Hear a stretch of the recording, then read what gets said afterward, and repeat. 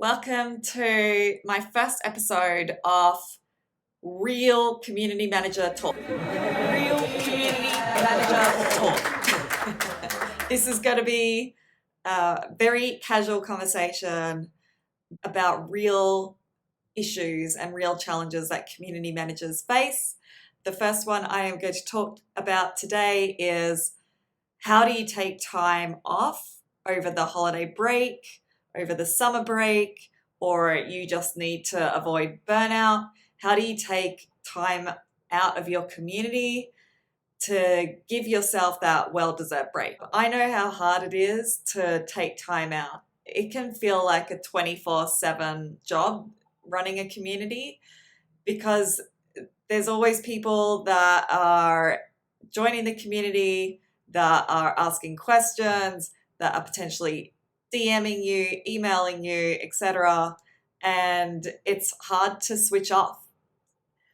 I want to tell you some tricks that I've learned over time as to how do I take some time out. I actually yesterday had the first vaccination, and as I'm sure some of you are aware, I do manage communities full time as well myself, along with mentoring others on how to build their communities. So it's really important that I'm able to take time off when I need to recover. And let me tell you, that vaccination actually wiped me out for 24 hours. I mean, I had a sore arm and I just needed some time to recover. I was feeling really tired. But I feel great now. So that's why I'm doing the video today. But let me tell you what I did to recover, take some time out, and still manage to run a community without me there. My first tip is update your out of office and your profile / status. However you do that, if you manage a Slack community, update your profile. This sounds really, really obvious, but a lot of people don't do it. And I think it's your first point of call as to, if you know, for instance, you're getting the vaccination, update your out of office, update your status, and mention, if you're comfortable, mention that, getting the first jab, for instance, may be out of the office for the next 24 hours. People will see that and potentially not bother you within that time period. So that's a really important first step.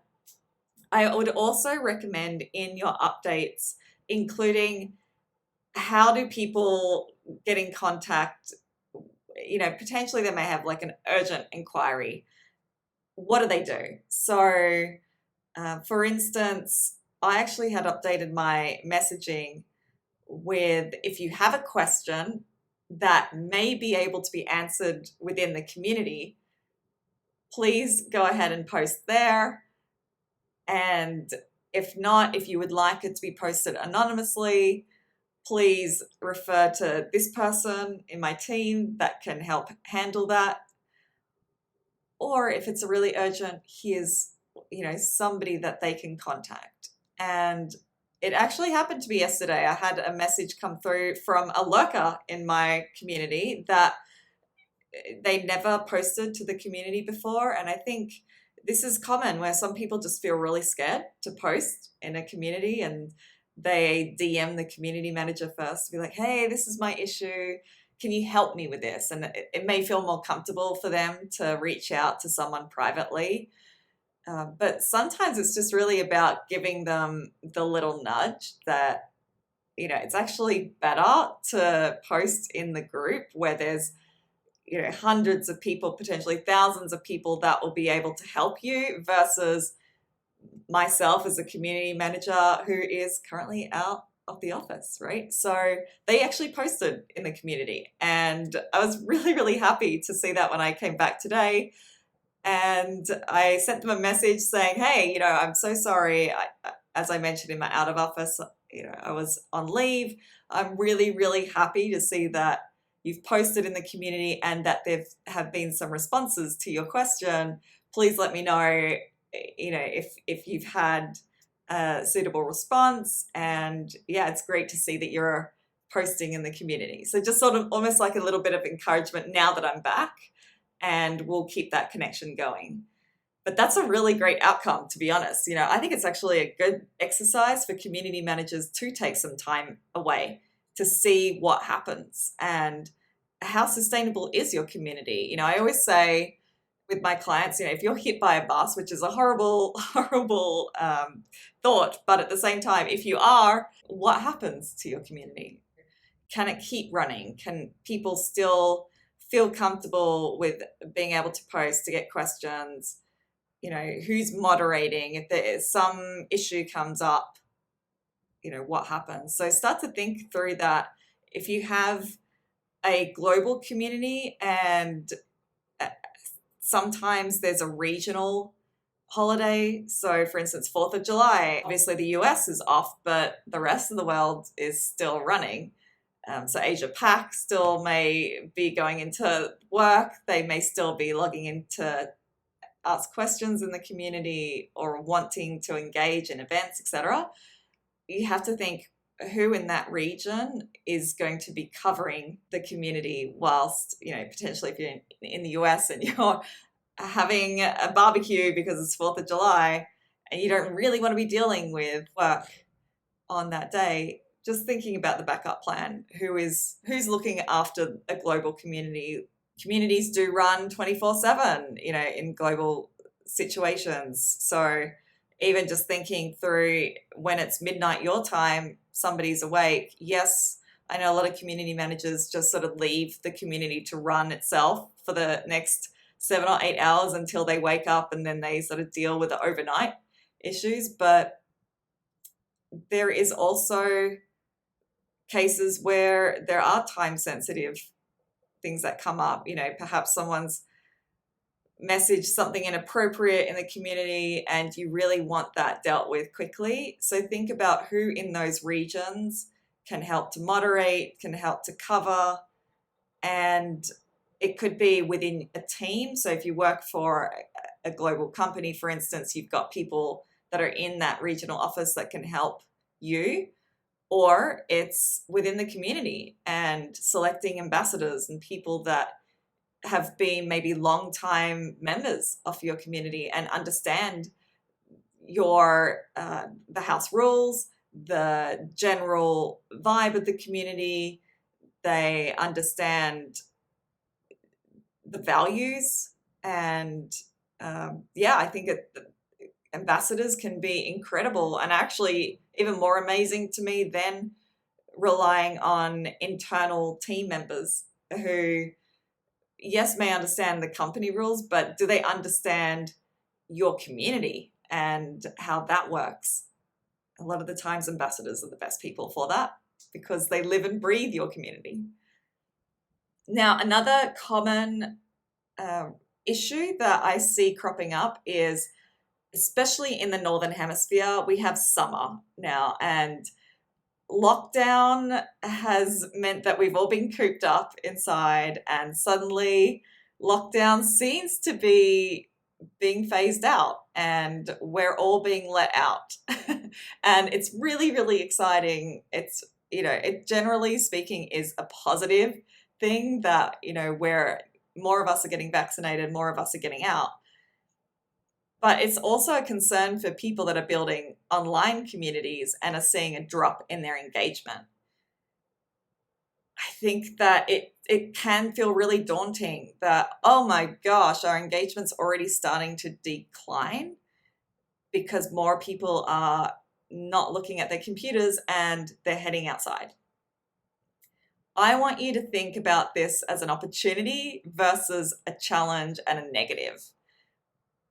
This is a great opportunity if you have members that are based in similar locations. Perhaps you manage a global community, but are there people that are clumped together? Are there people that are all based in San Francisco? Or are there members that are based in London? Or are there members that are based in Shanghai and they can all meet up? It's a great opportunity to deepen relationships, now that we're opening up and people are able to meet face to face if they're comfortable. They don't have to, but there are definitely people that have been fully vaccinated. They are heading out and they're they're almost dying for deeper connections face to face. And I think as a community manager, you can be thinking about, how do I encourage those deeper connections offline that can supplement all the great work that you've been doing online?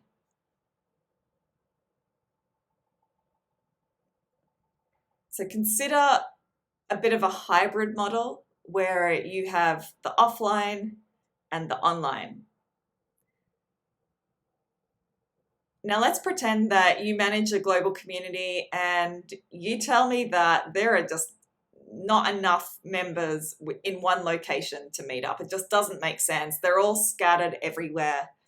All right, I hear you. I've dealt with that as well. What I would recommend in that case is consider weekend catch-up sessions. Maybe these are more social, or it could be still considered, maybe these are more social. But if people are going out and enjoying their lives on the weekend, generally speaking, they want to talk about it on Monday, right? It's almost like the water cooler moments. You can jump on this as an opportunity to develop the relationships more with your members from a social level. Have a Monday morning catch up. Maybe it's 20 minutes with members where they can catch up on what they got up to on the weekend, and they can share their excitement with each other. You know, how exciting if you manage to go out and meet up with a group of friends, and, you know, maybe you go out to a restaurant for the first time, and maybe it felt really super awkward for some people and they couldn't believe that they were actually out of their house for the first time. Have members be able to come together and connect on this really, really unique situation that we're all facing. And I think this is an opportunity to develop a deeper connection with people rather than feel like offline is your competitor. It's not your competitor. It's a great way to encourage people to come together and talk about their experiences. So consider the weekend catch-up sessions. And if you can tie this into your community, you know, perhaps maybe your community is a group of kayakers. You know, maybe they talk about kayaking 101 and, you know, they talk about the best kayak to buy or something. If it's around that activity anyway, then how incredible to have weekday catch-up sessions around the weekend. And you can share, you know, you can present photos of the kayaks that you used and where you kayaked, and, you know, just talk generally about something that happened offline, but you can connect it back to the online community. It can be really powerful. And I know that obviously kayaking is a really easy example because, yes, okay, at the end of the day, that's an activity that you would do on the weekend. But okay, let's say it's a software platform. All right, well, if it's a software platform, it could be really, really boring. So think about how can you share your weekend experiences using your software platform. I don't know, think outside the box. And I think that this is an opportunity. It's not necessarily a negative. I hope all those tips have helped you think through taking time out, taking leave during holidays, avoiding burnout. It's really, really important that community managers take time out. This is a draining role that you are undertaking, and it's important that you take time out. And thinking through this offline, online hybrid model that we're now entering, and how you can really capitalize on that to further connections within your community. Thanks very much for listening. I hope my tips have helped. Much love to you all. And yeah, signing off. Bye.